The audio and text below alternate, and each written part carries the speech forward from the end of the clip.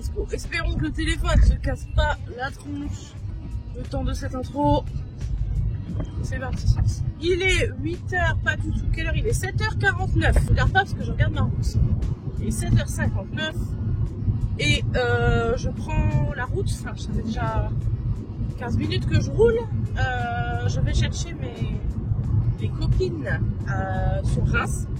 Et de Reims, on prend l'autoroute pour être en direct sur Paris. On a à peu près 1h40 jusqu'au port de Versailles. Parc des Expos. Voilà, le réveil à 5h30 a piqué un petit peu, sachant que j'ai aussi fait ma petite 1 heure avant, donc voilà, on s'est couché de bonne heure hier soir, on a préparé toutes les affaires hier soir pour dormir au maximum aujourd'hui et la lever au dernier moment et la déposer un petit peu plus tôt à l'école. Bref, ensuite, donc on a 1h40 jusqu'au parc des Expos, le salon il ouvre à 9h. Ah oui, c'est celui-là. Aujourd'hui, c'est un vlog qui parlera pas du tout de meubles. Vous verrez pas de meubles aujourd'hui. Sauf si je trouve une petite ressourcerie à côté du parc des Expos. Mais comme dans tous les cas, comme vous pouvez le voir, je suis habillée en propre, je suis coiffée, je suis un petit peu apprêtée et je suis en voiture. Donc, déjà, aller chercher des meubles en voiture, ça va être compliqué, sachant que j'ai du monde avec moi dans la voiture. Bref, voilà, c'est juste, je voulais vous dire, aujourd'hui on va pas du tout parler brocante, pas du tout parler meubles, donc j'espère que ça vous plaira quand même. Je vous emmène avec moi au salon du cheval. Comme je vous expliquais dans le vlog d'hier, je ne savais pas réellement depuis combien de temps il n'y en avait pas eu, mais j'ai eu l'info ce matin. Ça fait réellement 5 ans qu'ils n'ont pas fait de salon du cheval, et la raison c'était budgétaire. Et après, il y a eu le Covid. Voilà. Apparemment, c'est des nouveaux organisateurs qui font ça cette année. C'est un nouveau groupe. Donc, et apparemment, il a été organisé d'une manière bien plus respectueuse des animaux. Donc, on va aller voir ça. C'est vrai qu'avant, c'était très surchargé. Et il faut savoir qu'au salon du cheval, il y a beaucoup de concours qui sont organisés tout le long du salon.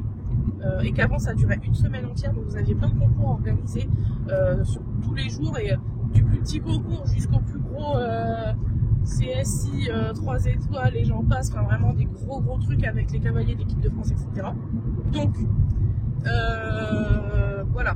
Et le problème c'est qu'il y avait alors les gros chevaux de compète et les cavaliers internationaux, eux ils avaient leurs écuries d'un côté et on pouvait pas y accéder, mais par contre tous les concours un petit peu club et amateurs, tous les visiteurs pouvaient accéder aux écuries. C'est-à-dire que les chevaux passaient leur journée à voir du monde avec une lumière qui leur éclatait la tête du matin au soir, voire même la nuit, parce que je sais qu'avant il y avait les nuits, il y avait les nocturnes, etc. Enfin bon bref, c'était assez limité pour le bien-être des chevaux. Et apparemment le groupe qui a repris ça cette année, ils ont vraiment fait un gros travail là-dessus. Donc écoutez, on va voir ce que ça donne. Je récupère les copines, on monte à Paris, on trouve une place sur le parking et je vous retrouve sur le salon. Allez, à toutes.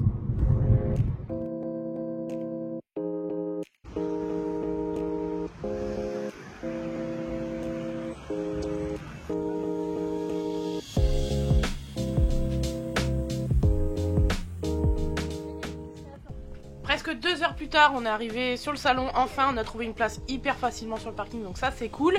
On pensait qu'il y avait quasiment personne sur le salon parce que déjà on a trouvé une place facilement avec là c'était vide l'entrée. Sauf qu'on a vraiment déchanté quand on est arrivé à l'intérieur du salon.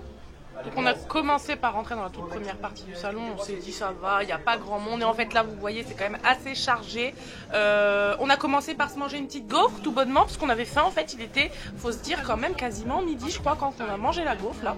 Donc ensuite on s'est baladé, on s'est dit qu'on allait attendre un peu pour manger, mais vous allez voir qu'au final on n'a pas mangé de la journée, on a oublié de manger.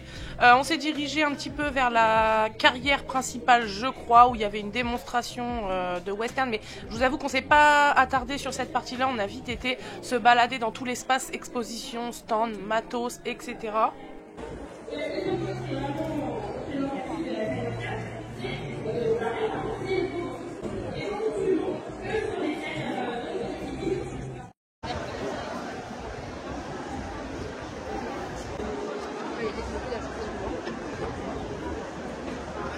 Donc là on est arrivé dans la partie matériel, exposition autant matériel du cheval que le matériel du cavalier. Il faut se dire un peu très honnêtement qu'on est venu là beaucoup pour ça, même si très honnêtement nous avons été un petit peu déçus de ce que le salon avait à nous offrir en termes de matériel, parce que voilà, il en faut pour tous les budgets, et force est de constater qu'il y avait un budget, mais il y avait un seul budget qui n'était pas le nôtre.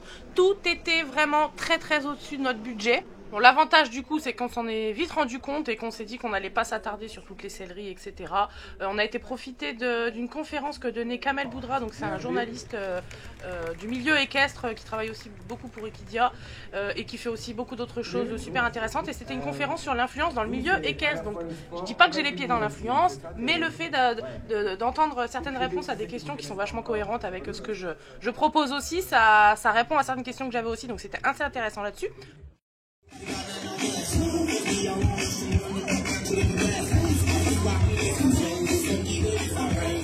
Ensuite, on a quand même été voir un spectacle de voltige, donc je vous avoue qu'on est arrivé devant le spectacle un petit peu par hasard. Et comme vous le voyez, tout autour de la carrière, c'était vraiment archi blindé. Là, nous, on est dans les tribunes et c'est autant blindé que ce que vous voyez en face. Donc c'est vrai que là-dessus, on était assez limité en vue. Je vous laisse avec quelques images de la grande carrière. On se retrouve juste après pour la fin de la journée.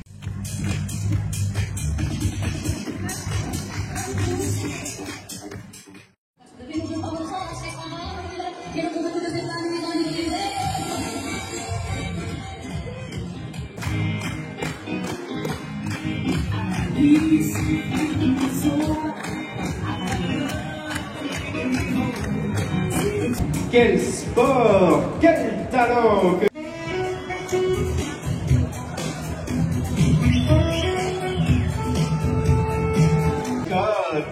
Alors, faut accélérer, hein?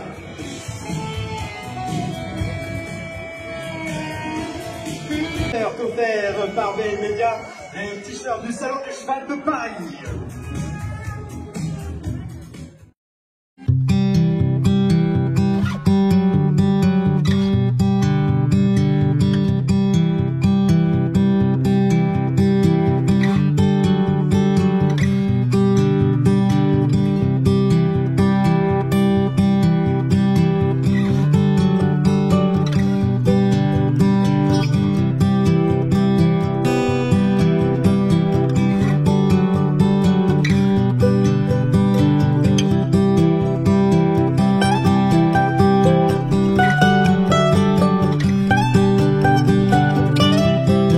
Passé sur le deuxième hall où il y avait une vente de chevaux, donc voilà, c'est pas forcément un milieu qui nous est commun.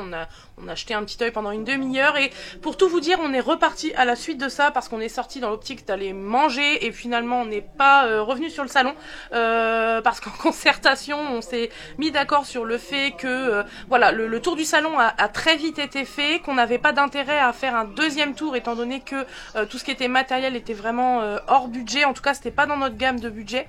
Donc on savait qu'on n'avait pas d'achat à faire, donc on a tout bonnement pris la décision d'aller dans un autre magasin que je connais très bien et j'ai emmené mes copines qui ne connaissaient pas. Et du coup on s'est vengé sur Kramer. Voilà. Et c'était simple, c'est très cher. Regarde,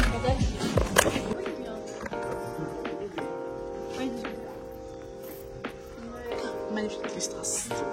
Moi je préfère les moumoutes moi. Celui-là il est quand même.